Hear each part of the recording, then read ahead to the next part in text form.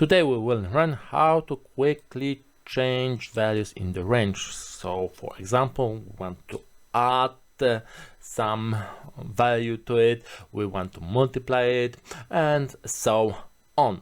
And we want, in this example, multiply by 110%.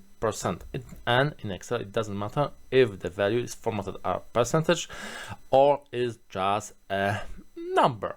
So let's copy this value, and then we need to select values we want to change, then to right click it, and we can see paste special, and we click in paste special, and we have a paste special window where we want to change paste values, and we want to create an operation, in this case multiply. And this is all we need to change here for this example, and just press OK, and we can see that previous values are multiplied by 110%.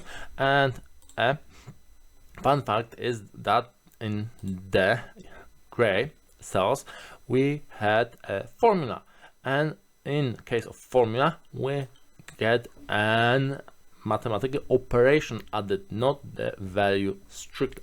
And it's important, this works when the select value range can be put exactly in the range we select. So when we're selecting one cell, it doesn't matter, but for example when we selecting 2 by 2 as our paste special condition, the range to which we have to paste it have to have an exact multiplier of the size of this. So 2 by 2, and here we have 4 by 4. So exactly the proper range. This range will fit in this bigger range.